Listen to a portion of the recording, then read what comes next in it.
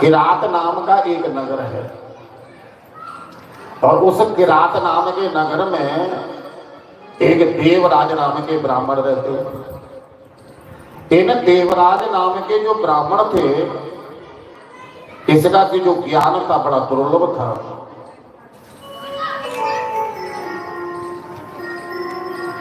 ब्राह्मण के लिए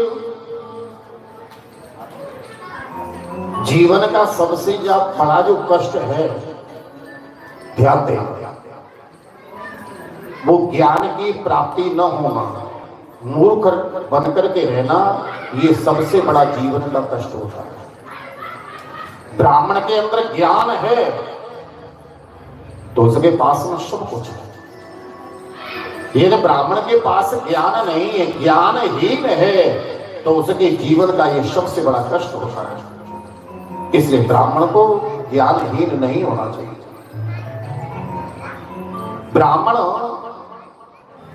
देवराज ज्ञानहीन था।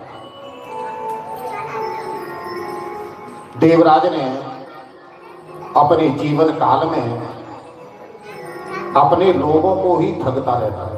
कुछ लोगों की प्रवृत्ति होती है, तो दूसरों को तो वो ठगते ही हैं, पर अपने को भी कभी नहीं छोड़ते हैं। ऐसी प्रवृत्ति होती है।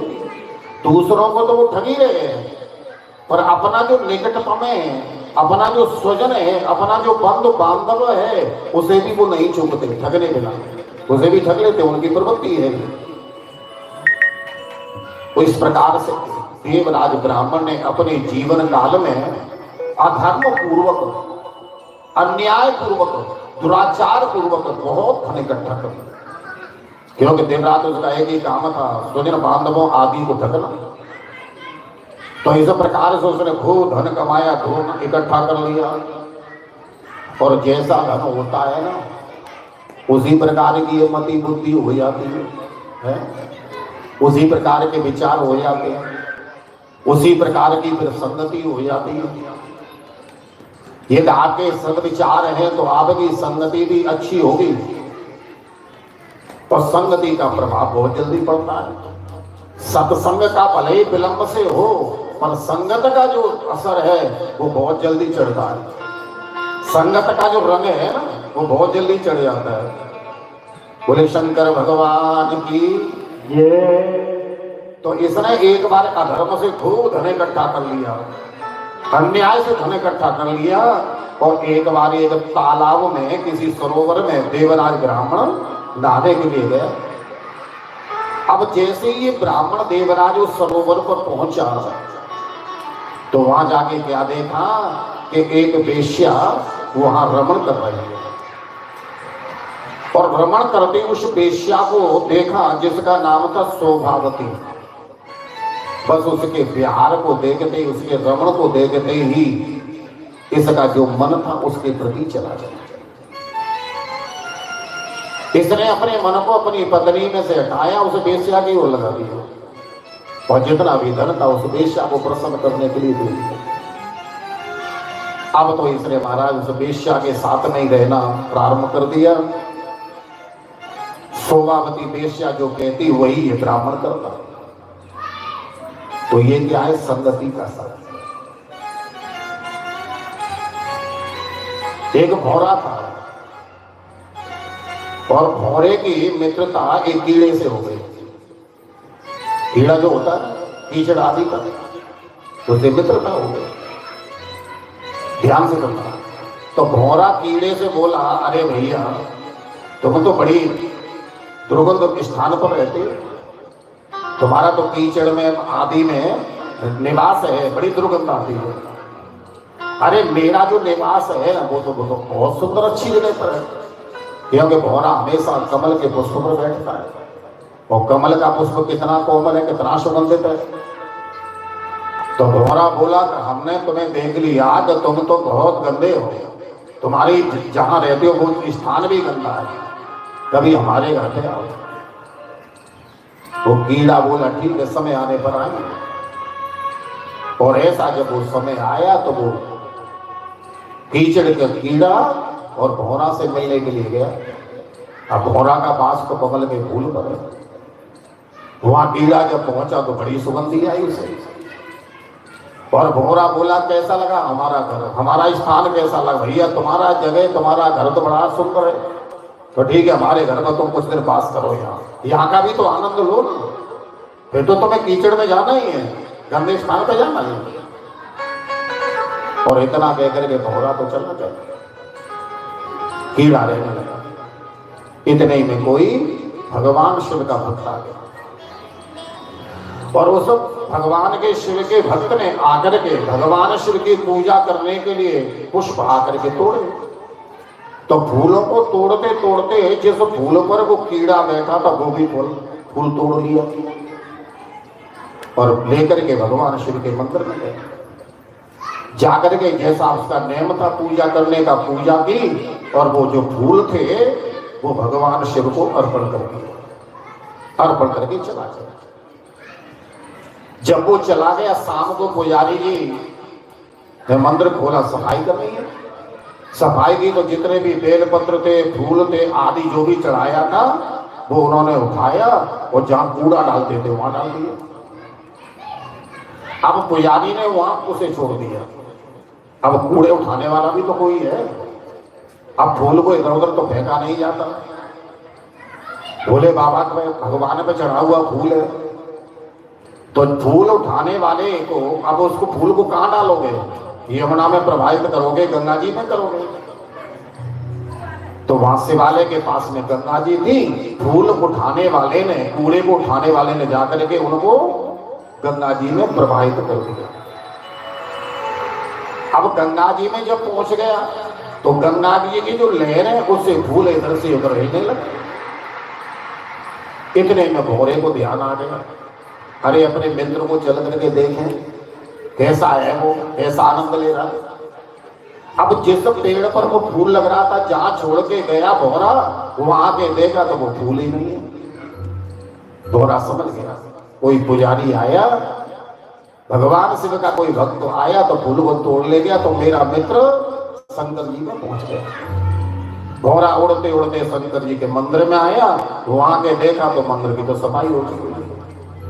फिर भौरा ने सोचा जरूर पुजारी ने यहाँ से फूल पत्ती उठाई है, कूड़े के स्थान पर डाल दी होगी, तो वहां देखो वहां मिलेगा। वहां करके देखा तो वहां फूल पत्ती नहीं। तो भौरा समझ गया बने कि अब मेरा मित्र गंगा जी के जल में पहुंच गया, वहीं मिलेगा। उड़ते हुए भौरा गया गंगा जी के तट पर, जाकर के देखा तो उस फूल पर बैठा हुआ उसका मित्र वो कीड़ा गंगा जी की लहरों में आनंद ले रहा है।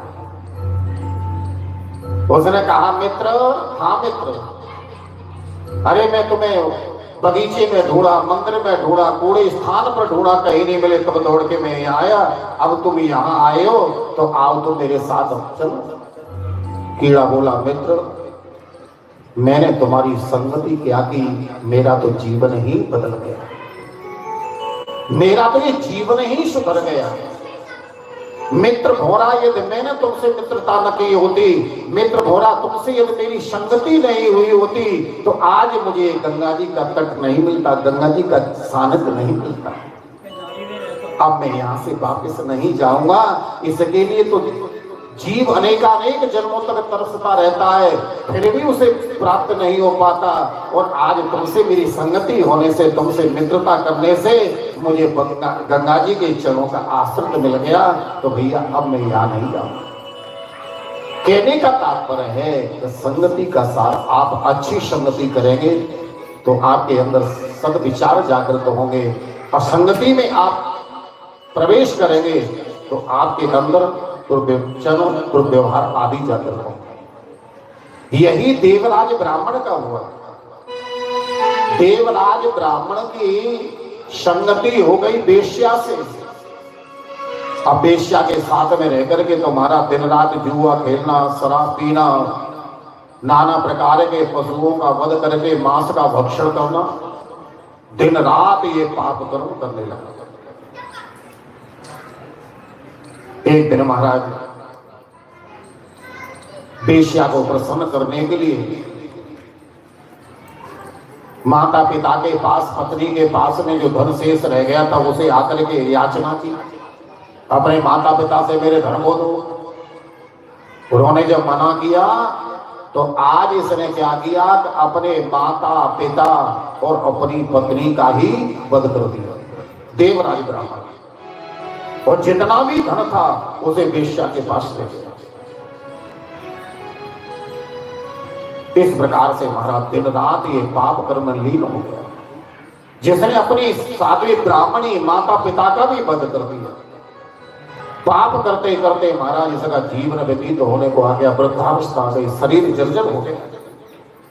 तब एक दिन ये भूखा प्यासा देवराज ब्राह्मण और मानव प्रतिष्ठानपुर नाम का जो नगर है वहां पहुंच गया। प्रतिष्ठानपुर का दूसरा नाम है प्रयागराज। दूसरा नाम क्या है? प्रयागराज। और प्रयागराज में आपने देखा होगा इलाहाबाद के बगल में झूसी है, झूसी कहां पड़ता है? गंगा जी की पल्ली साइड के किनारे पे ही है झूसी। तो वहां प्रतिष्ठानपुर में पहुंच गया। वहां जाकर के इसको एक शिवालय दिखाई पड़ा, भूखा प्यासा था। इसने सोचा इस मंदिर में कुछ खाने को मुझे मिलेगा। अब ये देवराज ब्राह्मण धीरे धीरे उस मंदिर में पहुंचा, पर जब तक इसको बहुत तेज बुखार आ गया। एक तो क्षुधा से पीड़ित, भूख से पीड़ित, दूसरे महाराज से बुखार आ गया बहुत तेज, तो उससे भी पीड़ा होने लगा। और मंदिर का जैसे ये बाहर बरामदा है ना, उस बरामदे के कोने में जाके बैठ गया। तो यहाँ क्या देखा कि मंदिर में एक पंडित जी भगवान शिव की कथा कह रहे हैं, शिव पुराण की कथा कह रहे हैं, लोग सुन रहे थे। अब संयोग से बुखार से इसका शरीर तो तप ही रहा था। कथा सुनते सुनते भूखे के कारण से, बुखार के कारण से इसका शिवालय में ही प्राणांत हो गया, प्राणों को त्याग दिया। जब प्राणों को त्याग दिया तो यमराज के जो दूत है वो लेने के लिए आए और इस जीवात्मा को ले गए। इतने में भगवान शिव के गणों को पता चल गया। ये दौड़ करके गए और यमपुरी में जाकर के उन दूतों से उसको छीन लिया। इसे छोड़ो, ये जीव बड़ा पुण्यात्मा है। यमराज के दूत कहते हैं नहीं नहीं, ये पुण्यात्मा नहीं है, ये तो पापी है। इसने सारे जीवन पाप कर्म किया है, सारे जीवन अधर्म से धन को संचित किया, नाना प्रकार के पशुओं का वध किया, मांस का भक्षण किया, मदिरा का पान किया, जुआ खेला। और इतना ही नहीं, इसने अपने माता पिता अपनी पत्नी का भी वध कर दिया। इसलिए पुण्यात्मा नहीं, ये पापी है। भगवान शिव के पार्षद कहते नहीं नहीं, इसने अपना प्राणांत जो किया है वो भगवान के शिवालय में किया है और भगवान शिव की कथा को सुनते हुए किया है। इसलिए पुण्यात्मा है, ये पापी नहीं है।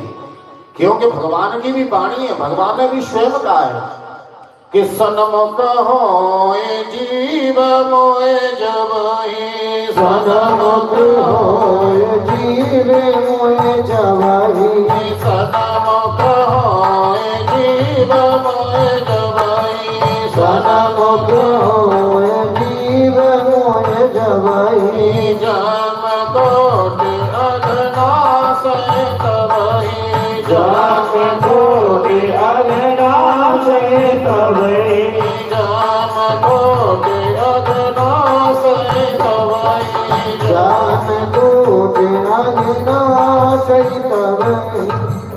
भगवान की वाणी है। भगवान ने स्वयं अपने श्री मुख से कहा है कि ये जीव जब मेरे सन्मुख हो जाता है तो सन्मुख होते ही जन्म जन्मांतरों के सभी जो पाप है वो जल करके तत्काल भस्म हो जाते। और जब जीव ने मेरी शरणागति ले ली तो भगवान की वाणी मिथ्या नहीं हो सकती।